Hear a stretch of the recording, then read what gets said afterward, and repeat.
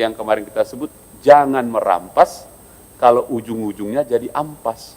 Kalau kita ingat-ingat, Presiden Prabowo saat memulai pemerintahannya sudah menyusun rancangan besar bernegara yang disebut dan kemudian sangat terkenal sampai hari ini, namanya Astacita. Nah, rencana membentuk Badan Penerimaan Negara itu ternyata sudah ada di situ. Dan bahkan sudah dimasukkan dalam RPJMN 2025-2029. Jadi dari rancangan besar Astacita turun ke RPJMN, turun ke program hasil terbaik cepat, Quick Wins, bahkan turunlah itu yang disebut di Quick Win itu butir ke-8, yang disebut mendirikan Badan Penerimaan Negara dan meningkatkan rasio penerimaan negara terhadap produk domestik bruto ke 23%. Saya lagi pikir-pikir, karena yang kita omongin kan aset nih. Ujung-ujungnya kan dapur keuangan negara ini, ke sana mau kita arahkan. Nah, jadi saya ikutin ini sejak kampanye juga disampaikan, dan pengamatan saya belum banyak orang yang bicara ini. Mungkin Profesor Yehikal saja satu dari antara yang sedikit itu. Jadi terima kasih. Dan tadi sudah mulai diangkat gitu sejak tahun 2024. Nah, dalam tulisan-tulisan Prof. Yehikal saya coba baca gagasannya, dan kalau kita tarik ke kerangka perbandingan di dunia internasional, lebih banyak disebut dengan Semi Autonomous Revenue Authority atau SARA gitu. Kalau nanti dibaca panjang nanti nggak enak ini. SARA, SARA. Bentuk lembaga pemungut yang dikeluarkan dari struktur kementerian dan diberi keleluasan mengatur pegawainya sendiri, menentukan gajinya sendiri, dan menyusun cara kerja sendiri. Kemarin kami diskusi. Contoh di Inggris, tumbang hanya 5 tahun dibubarin. Contoh di Kolombia, nggak nyampe setahun dibubarin. Dan seterusnya. Jadi kalau pertanyaan ketua tadi tentang siapa pengelola dan bagaimana kita ngatasi itu, yang harus hati-hati nih. Jangan-jangan pindah ke tangan yang kita kasih ini, itu masalahnya. Jadi abuse of power-nya. Catatan IMF pada 2024 menyebut sekitar 35 negara memakai model ini. Nah, Indonesia pilih yang mana nanti ya? Saya mohon tanggapannya nanti. Mau Singapura, Malaysia, Kanada, Meksiko, kayaknya Inggris, bahkan Argentina itu semi otonom. Tapi ada juga yang otonom.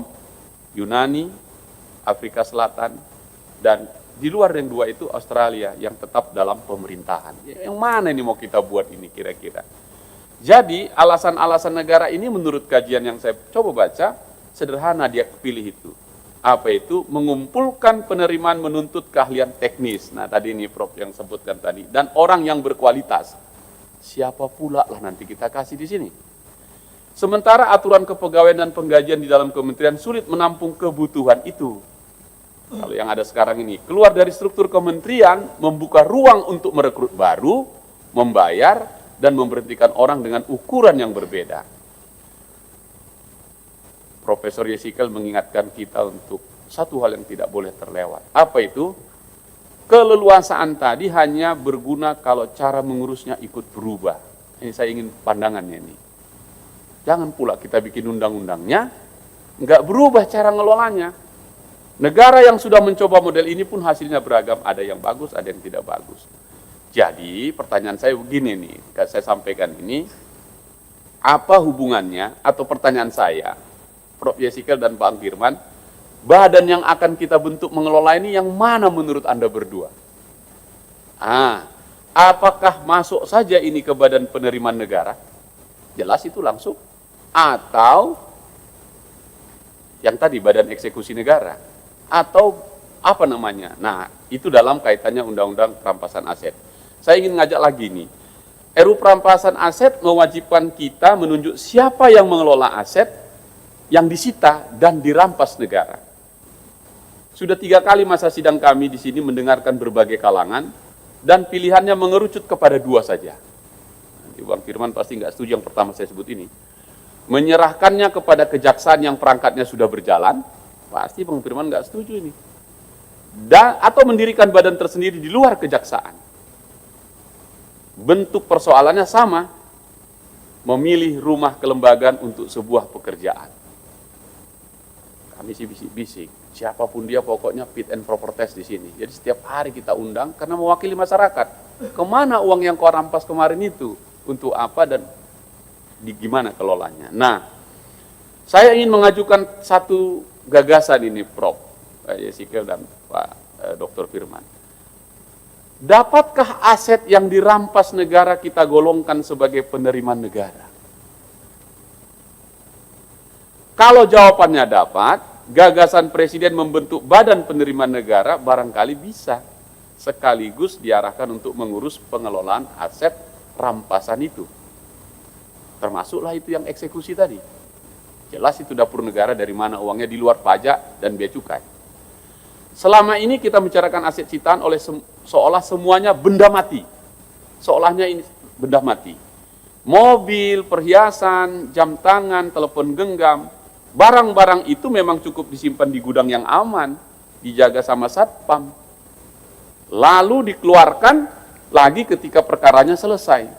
Untuk keperluan seperti itu negara sudah punya perangkatnya dan sekarang berada di tangan kejaksaan. Bang Firman setuju nggak itu? Perubahan yang dulu di kementerian.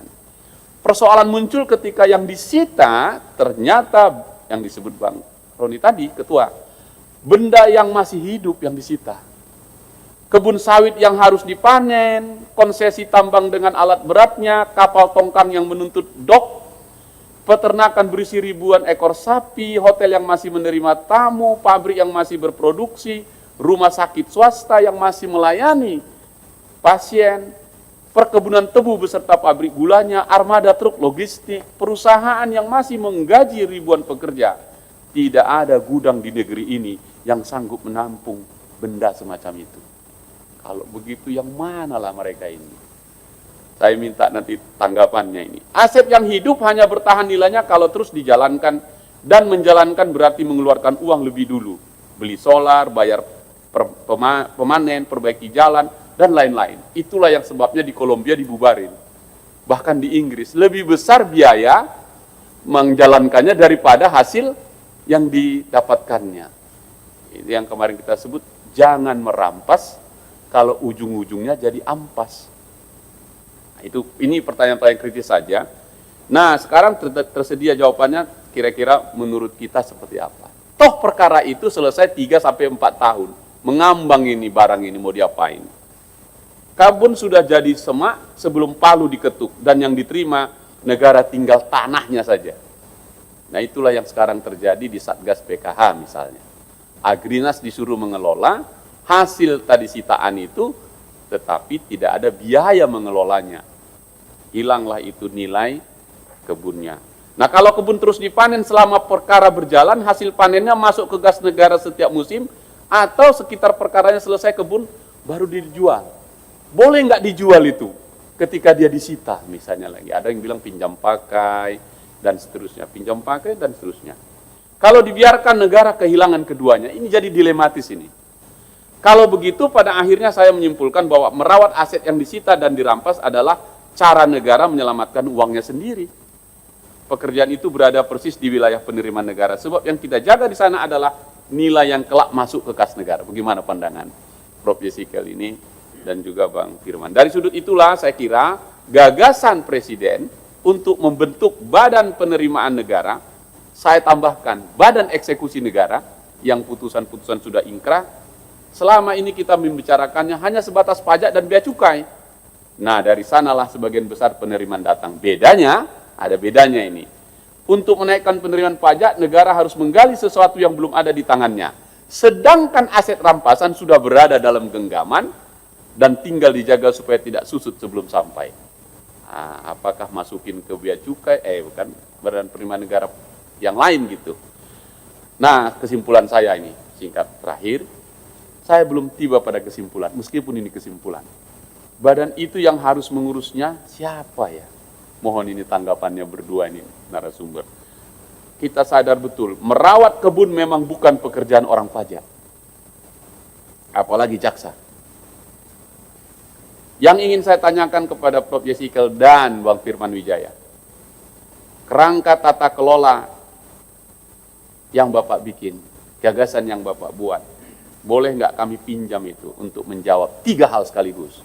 1, siapa yang menjalankan aset selama perkara berjalan, dari mana biayanya, dan kepada siapa hasilnya dipertanggungjawabkan.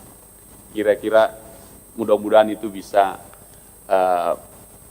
menjadi trigger saja nih pimpinan, karena bagi saya RUU perampasan aset memang bukan ditujukan untuk menambah kas negara, melainkan mencabut hasil kejahatan dan memisahkannya dari pelaku. Tetapi setiap perampasan menciptakan kewajiban baru bagi negara, yaitu memelihara apa yang sudah diambilnya. Sebab pada akhirnya memisahkan harta dari pelakunya hanya separuh dari keadilan itu. Separuh sisanya terletak pada apakah harta itu masih berguna kita sampaikan ke tangan negara. Ini pertanyaan saja. Ini profesor dan doktor kita, Bang Roni juga di sebelah saya, doktor baru, pasti dia senang dengan challenging dari saya ini. Ini sekedar permintaan saja, mudah-mudahan bisa dijawab. Kalau nggak bisa dijawab nanti bisa tertulis. Terima kasih pimpinan. Subscribe, share, like, and comment. Subscribe, share, like, and comment. Subscribe, share, like, and comment. Subscribe, share, like, and comment. Subscribe, share, like, and comment.